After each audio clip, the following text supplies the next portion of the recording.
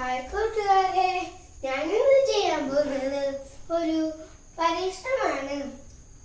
അതിനാവശ്യമായ സാധനങ്ങൾ വിനാഗിരി, പിന്നെ ബലൂൺ, കുപ്പി, പിന്നെ ബേക്കിംഗ് സോഡ.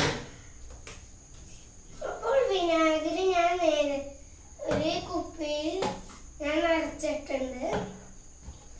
ശേഷം നമ്മുടെ ബേക്കിംഗ് സോഡ ഇടണം. ബലൂണിൽ ബേക്കിംഗ് സോഡ ഇടണം കേട്ടോ.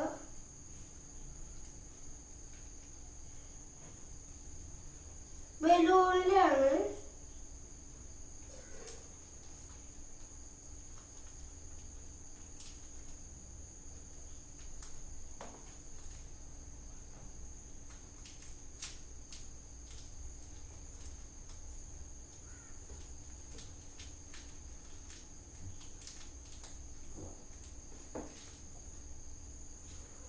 മാത്രമല്ല ഞാൻ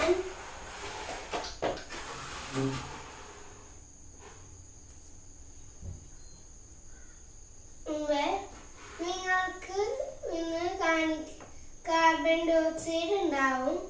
അത് കാരണം നിങ്ങളെ കാണിക്കാൻ ഞാൻ മെഴുകുതിരി എടുത്തായിരുന്നു.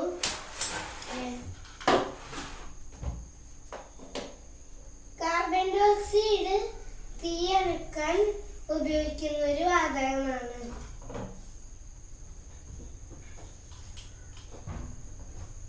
അപ്പോൾ നമ്മുടെ ബലൂൺ ഇങ്ങനെ സൈഡിൽ ഇടണം. പറ്റിയില്ല.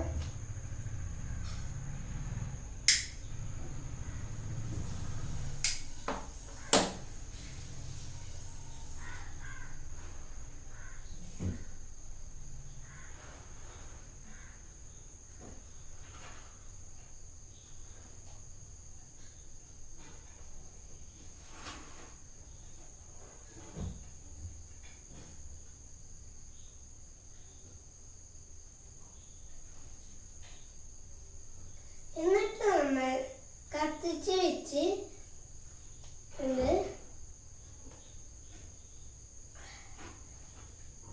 അടുത്ത് തന്നെ നമ്മൾ ബേക്കിംഗ് സോഡ ഇടണം.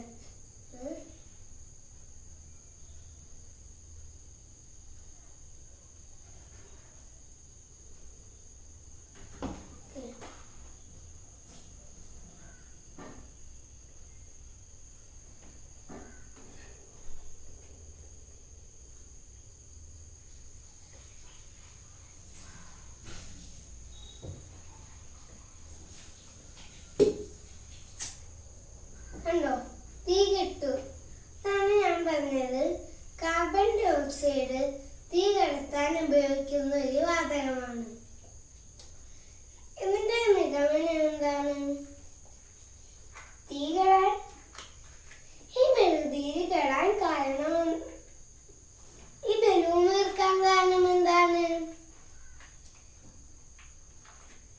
ഇത് വിനാഗിരിയും ബേക്കിംഗ് സോഡയും കൂടെ ഉണ്ടാകുമ്പോഴാണ് കാർബൺ ഡയോക്സൈഡ് ഉണ്ടാകുന്നത്. കാർബൺ ഡയോക്സൈഡ് നിറഞ്ഞ് ബലൂൺ വീർത്തു. അപ്പോൾ തീ കെടാൻ കാരണം എന്താണ്?